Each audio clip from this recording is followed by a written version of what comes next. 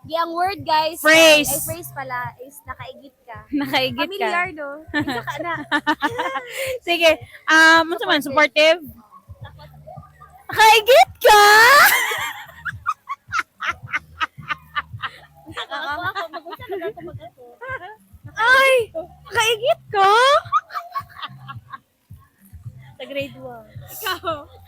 Yeah, kay True to Life. Ay, nakaigit ka! Next. Ano next? Disappointed.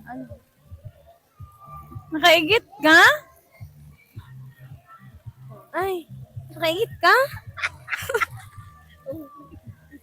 Nakaigit ko.